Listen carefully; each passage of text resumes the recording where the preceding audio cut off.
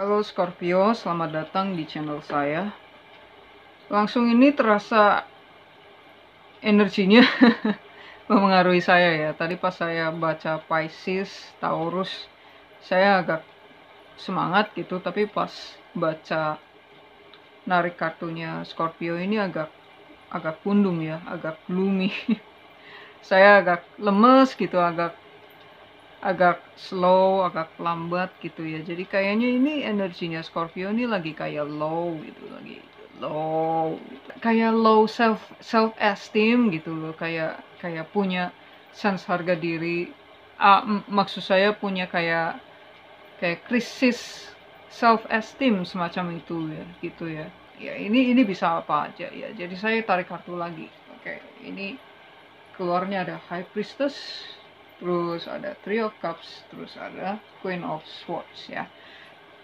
Jadi dengan tema ini, Queen of Swords, Three of Cups, High Priestess, ini saya bisa menduga kalau ini adalah tentang apa yang kamu tahu gitu. Apa yang kamu tahu mengenai diri kamu. Jadi ini ada krisis yang krisis mengenai jati diri. Krisis jati diri yang disebabkan oleh trauma di masa lalu ya, karena ini ada shadow, karena ini ada elemen shadow di sini. Jadi saya menduga ini kayak trauma di masa lalu ya, yang membuat Scorpio itu jadi kayak overthinking gitu, curigaan gitu ya, overthinking, terus kita lihat di sini ya, lihat singanya ketakutan gitu ya. Aku takut, ayo maju maju maju, takut takut, ini pintunya udah kebuka nih, sampai sampai burungnya terbang masuk ke dalam ruangan. Tada, pintu terbuka, tapi tetap aja ini ketakutan gitu, nggak berani ambil gitu ya. Atau kalau nggak berani ambil ya kayak semacam overthinking gitu loh, pokoknya overthinking gitu. Ada orang gimana dikit dikiranya gini gitu. Nah, hal ini terjadi karena trauma itu bisa membuat kita itu um, takut takut untuk percaya lagi, takut untuk percaya bahwa ada orang baik di dunia ini, takut untuk percaya bahwa kali ini situasi akan berbeda gitu. Iya, saya nggak bisa bilang ke kamu kalau nggak apa-apa, maju aja, tuh lihat ada begini, maju aja, ini kali ini beda kok dari yang dulu gitu. Saya nggak bisa ngomong gitu karena ini general reading dan ada banyak sekali orang-orang Scorpio di dunia ini. Jadi ya setiap orang pasti mengalami pengalaman yang berbeda walau energinya sama, ada energi generalnya ya.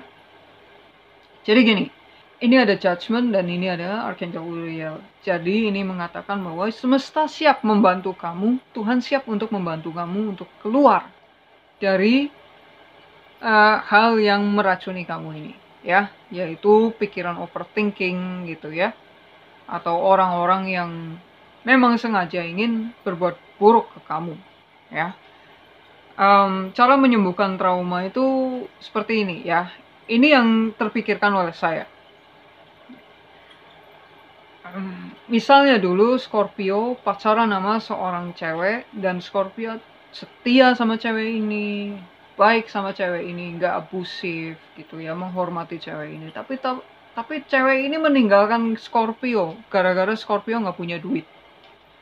Cewek ini meninggalkan Scorpio demi cowok lain yang agak ya brengsek tapi punya duit banyak gitu ya. Jadi dari pengalaman ini Scorpio sakit hati dan Scorpio belajar bahwa oh ternyata cinta itu nggak penting. Yang penting itu adalah duit. Ya, saya tahu banyak kali orang bilang, terutama cewek ya, bilang, ntar kalau lu bikin keluarga sama gue, lu nggak biayain sekolah anak lo pakai cinta. Lu nggak ngasih makan anak lo pakai cinta, gitu. Oke, bener. Uang itu penting. Saya juga butuh uang. Semua orang butuh uang. Karena uang itu adalah energi kehidupan. Oke. Uang itu memang penting. Tapi yang salah di sini adalah kalau gara-gara trauma itu kita jadi meletakkan harga diri kita di uang, ya. meletakkan harga diri kita di uang tuh jadi kayak gini. Aku harus cari kerjaan yang banyak duitnya. Aku harus punya banyak duit. Karena kalau aku nggak punya banyak duit, aku nggak ada nilainya. Aku nggak ada harganya. Orang nggak ada yang mau sama aku kalau aku nggak punya duit. Itu. Aku nggak akan bilang kalau ada kok orang yang nggak peduli duit kamu. Aku nggak bakal bilang begitu. Karena faktanya di Indonesia, terutama di Indonesia ini, nggak di Indonesia aja sih, di luar negeri juga kayaknya banyak ya. Mayoritas orang itu berpikir harga diri cowok itu di duit, harga diri cewek itu di makeup. Ya pokoknya aku harus cantik. Kalau aku nggak cantik, aku ditinggal. Aku harus kaya. Kalau aku nggak kaya, aku ditinggal. Kayak gitu. Jadi ini sedih sekali ya, menyedihkan sekali ketika seseorang hanya menginginkan kita karena kita punya apa, karena kita punya sesuatu. Justru ini sangat mengembirakan. Kan kita pinginnya begini ya, kita ingin orang mencintai kita, walau kita nggak punya apa yang mereka butuhkan, gitu ya. Ya cintai aku apa adanya, gitu ya, kayak lagu. Ketika zaman semakin maju, orang-orang mulai ngoceh, cintai aku apa adanya. Lo pikir menikah nggak butuh duit, misalnya kayak gitu. Ya mikir juga dong, kalau kamu jelek ya aku nggak nafsu sama kamu, kayak gitu kan. Tapi coba dipikir, kenapa kita menginginkan pasangan dimana kita bisa memanfaatkan mereka untuk mengurus kita? Kalau kamu memilih untuk bersama dengan seseorang karena kamu butuh dia untuk bisa bertahan hidup, butuh duitnya, butuh cintanya, butuh kasih sayang dia gitu ya, butuh dia buat ngurusin kamu, masakin kamu gitu. Ya kalau dia nggak ada, kamu nggak bisa apa-apa kan. Harga diri kamu ada di mana gitu loh. Bukankah lebih indah, lebih baik kalau kita bisa apa-apa sendiri. Kita bisa menyembuhkan hati kita sendiri tanpa orang lain memeluk kita. Bukankah lebih enak kalau kita itu tahu bagaimana caranya menghadapi emosi kita tanpa ada orang lain yang ngomongin kita, yang bertanggung jawab atas kebahagiaan kita gitu. Bukankah lebih enak seperti itu? Bukankah lebih enak kalau misalnya saya memilih untuk menikah dengan misalnya cowok yang kayak Raffi Ahmad gitu ya. Saya memilih untuk menikah dengan Raffi Ahmad bukan karena dia punya banyak duit, tapi karena saya memang cinta sama dia. Jadi sekalipun Raffi Ahmad miskin, kamu rela susah-susah dengan dia, ya. Begitu juga dengan yang cowok ya. Saya menikah sama perempuan ini bukan karena dia cantik. Jadi begitu dia hapus makeup dan tidur, kamu nggak kaget ngeliat mukanya. Ya, oh kan aku udah tahu kok muka dia tanpa makeup bagaimana, dan aku nggak ngeliat mukanya. Aku bersama dia karena dia adalah sahabatku. Karena aku merasa nyaman bersama dengan dia. Dan aku nggak ngerepotin dia. Kalau aku susah, aku bisa menghandle emosiku sendiri. Kalau aku capek, aku bisa istirahat. Dan dia tahu aku butuh waktu sendirian dan dia nggak curigaan sama aku. Aku bisa main kemanapun tapi dia nggak curigaan, nggak cemburuan gitu ya. Gitu ya. Bukankah lebih indah seperti itu? Jangan sampai hal yang traumatis ini membuat kita itu jadi meletakkan harga diri kita itu rendah gitu loh. Kita itu lebih daripada uang 5 miliar, 5 triliun. Kita lebih dari itu. Kalau kita misalnya nggak ada, kita meninggal, terus dunia membayar 5 triliun ke Tuhan, kita tetap nggak bisa dikembalikan oleh Tuhan ke dunia ini. Karena kita nggak bisa dibeli oleh uang, gitu loh. Ya memang, kita hidup butuh uang. Tapi jangan sampai meletakkan harga diri kita di uang. Iya memang kita butuh sahabat. Tapi jangan sampai meletakkan harga diri kita di sahabat. Kalau kita memang nggak ada yang cocok terus harus sendirian, ya udah. Daripada kita bersama orang lain lalu kita menderita, mendingan sendirian. Kita bisa mengenal diri sendiri seperti apa. Jadi untuk bulan ini, Scorpio disarankan ya untuk melihat ke dirinya sendiri. Apa sih yang membuat aku itu takut untuk hidup di dalam kebahagiaan yang aku cari?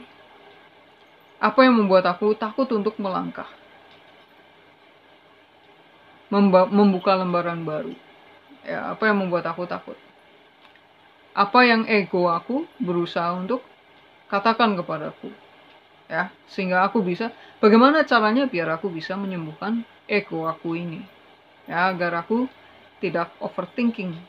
Ya, agar ya saya percaya orang kalau bahagia itu adalah orang yang bisa ngehack pikirannya sendiri, ngehack pikiran dan emosinya sendiri. Jadi orang ini kalau sendirian dia ngebutuh orang lain untuk merasa bahagia. Ini adalah orang yang sangat kuat. Ya tentu saja kita tetap butuh orang lain. Kita butuh petani untuk bisa makan beras, makan nasi. Ya, kita butuh nelayan untuk bisa makan tuna. Tapi untuk hal-hal yang primer kayak gini, misalnya mengurus diri sendiri, masak buat diri sendiri, menghidupi diri sendiri, merawat diri sendiri, itu adalah kewajiban kita seorang, bukan kewajiban orang lain ataupun pasangan hidup. Itu adalah kewajiban kita sendiri, ya. Ini bukan soal cewek harus begini, cowok harus begitu. Nggak ada kayak gitu. Ini 2022, men. Jangan hidup kayak di zaman purbakala ya. Zaman purbakala oke, kita harus bersama-sama. Setiap orang punya peran masing-masing. Tapi ini ada 2022, zamannya TikTok, zaman eksistensial. Ya, semua orang harus autentik. Itu berarti semua orang harus tahu cara merawat diri sendiri tanpa orang lain. Dan zaman seperti ini, kita memilih pasangan hidup karena kita cinta sama mereka, bukan karena kita butuh dia untuk survive. Oke? Terima kasih sudah tune in. Namaste.